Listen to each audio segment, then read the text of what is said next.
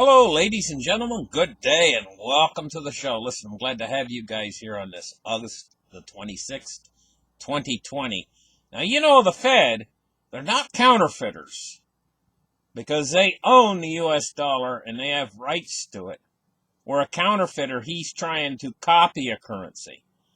But they do share something in common with the counterfeiters. The counterfeiters can create as much currency as they want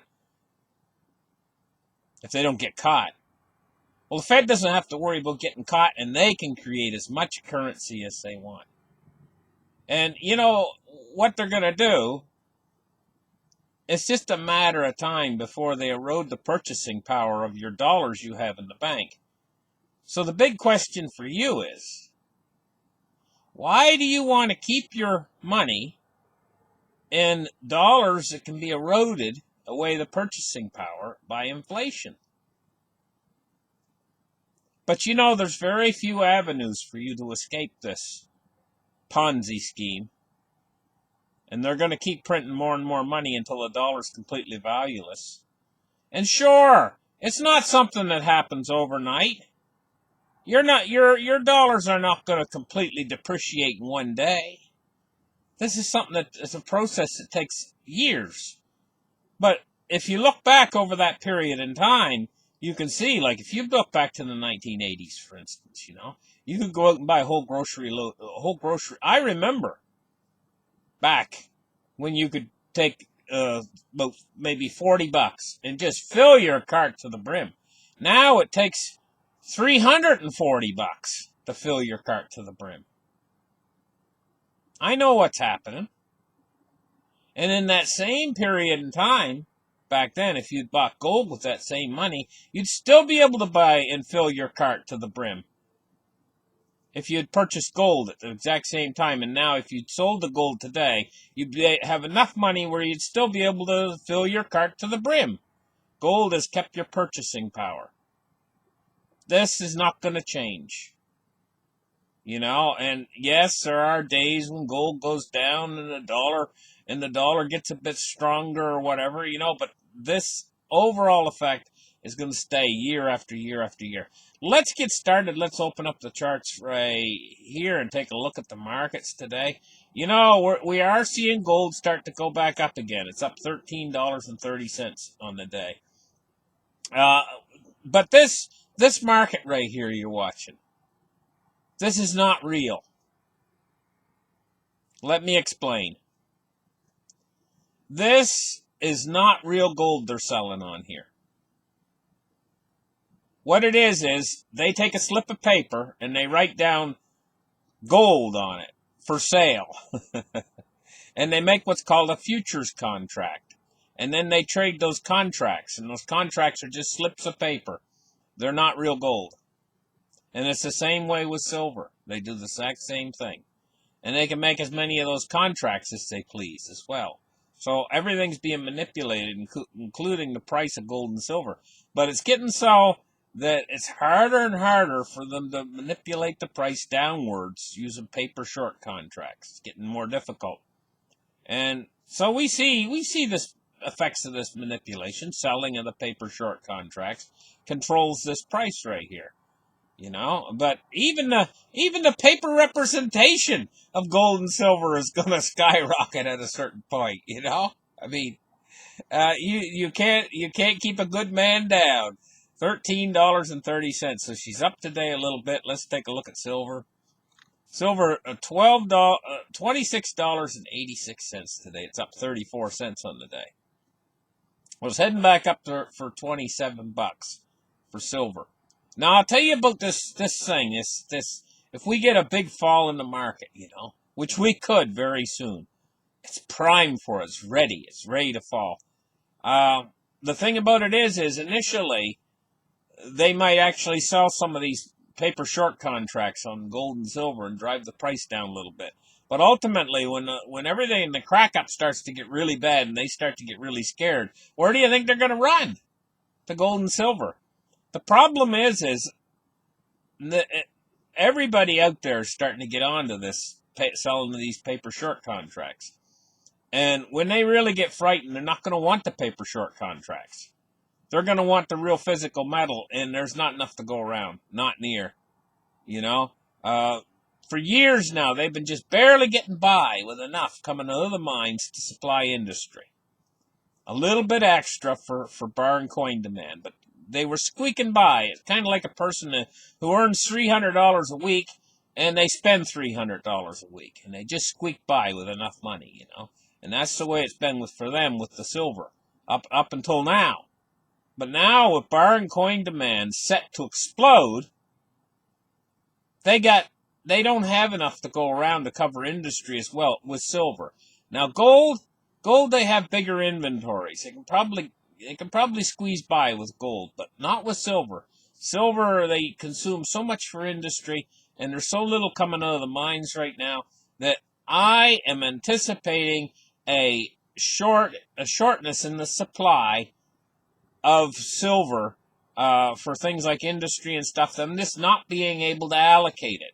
And when that really becomes manifested, it hasn't quite got there yet, but when it really starts to be manifest, they're all going to try to allocate, and there's going to be none available.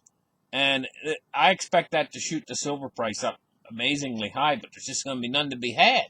So people are going to want to buy it, even though the price is going up at a certain point. And that's a little bit ahead, I think, in our future, but I think we're going to see massive shortages in silver. Now, I've been preaching this for years, but it's even worse than I anticipated, because the mines aren't producing like I anticipated there to be a silver shortage, with the mines trying to catch up with production in order to ease the silver shortage.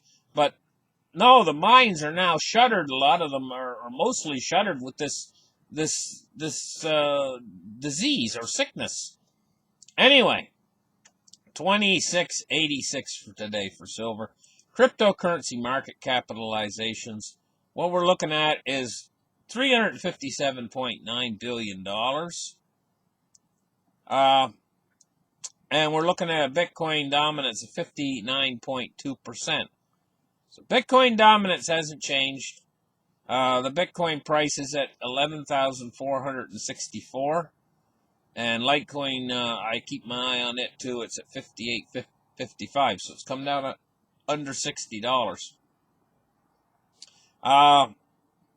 Bitcoin Cash 276 and Ethereum's 387. So that's your coins for today. Let's take a look now at the Dow Jones, and we're seeing the price is dropping today, 28,158. It's down 90 points on the day, which is not a lot. It's not a lot, but it could be the start of something, because I'm anticipating it, you know? And I'm anticipating a tsunami of a fall, you know? And it's like when you're watching for a tsunami and you've got the tsunami sirens blaring, you know? Or maybe a tornado. You're watching for a tornado, and it's supposed to drop and everything, and the sky's darkening and everything. That's the way it is with me looking at the markets. I haven't seen it yet. It hasn't happened yet, but the conditions are right. And I'm watching for it, for the markets to have a huge sell-off in the markets. Then what I'm expecting? I'm expecting the central banks to run in and stop it. That's what I'm expecting.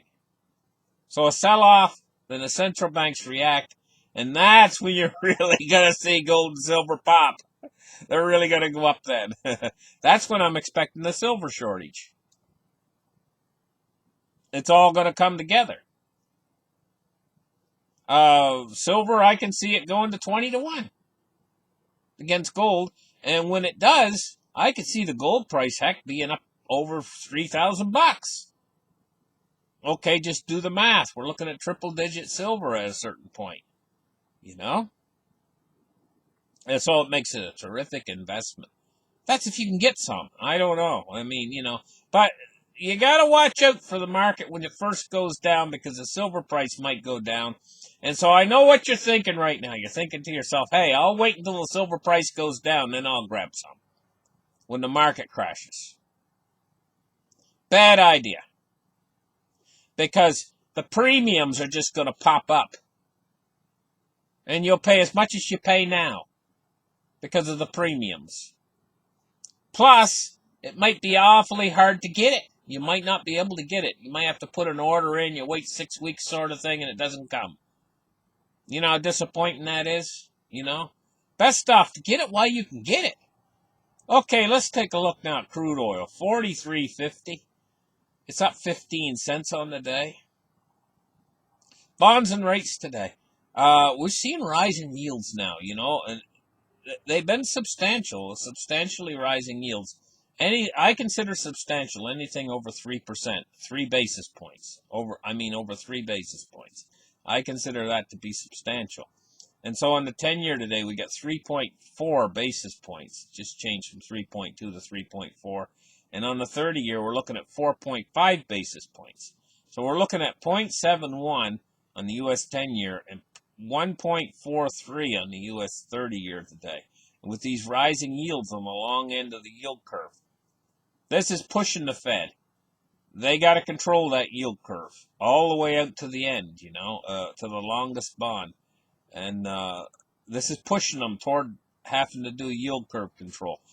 They don't want to do anymore. They've reached a point where they're looking at their balance sheet and they're shaking their head and they're thinking to themselves, oh, if we could only just stop right now and make things go back to the way that they were with us having total control over everything. And they're hoping for that. They're hoping maybe things will settle down. Maybe the virus will go away. Maybe we can get back to the normal old Fed and having control like we always had. It ain't going to happen, guys. This is going to get worse, this situation, and you're going to have to put out that money. You're going to have to create more money. You're going to be forced into it. No choice of your own. You're stuck now at this point. Everybody's stuck. We're stuck with a world that doesn't work right.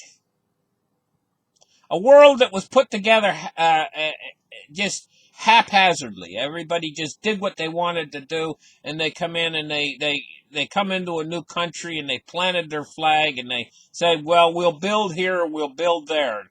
And then everything was done. Like, I go out to the freeway. I'll give you for instance. I go out to the freeway, and I see a load of lumber, 2x4s, going south. Then I see a load of 2x4s going north. Well, if we were an organized world, we would leave both trucks where they are. we would organize the guy that wants the 2x4s over there with the that needs them over here. So you don't have one truckload going north and one truckload going south. That's disorganization. Our whole society is run with complete disorganization. That's how it's run. And then you got these criminals out there mixed in that are taking advantage of that confusion to make themselves ultra rich. And that just makes everything even worse. How do we get from point A, which is a completely disorganized world that's just about ready to blow itself up, how do we get from point A to an organized world where everything runs orderly so that we can go out and head to the beach and leave everything run, and we know that everything's going to work properly. So we have security for our children. How do we get to that world where we actually have security for our children? From this world right now where there's only insecurity for our children.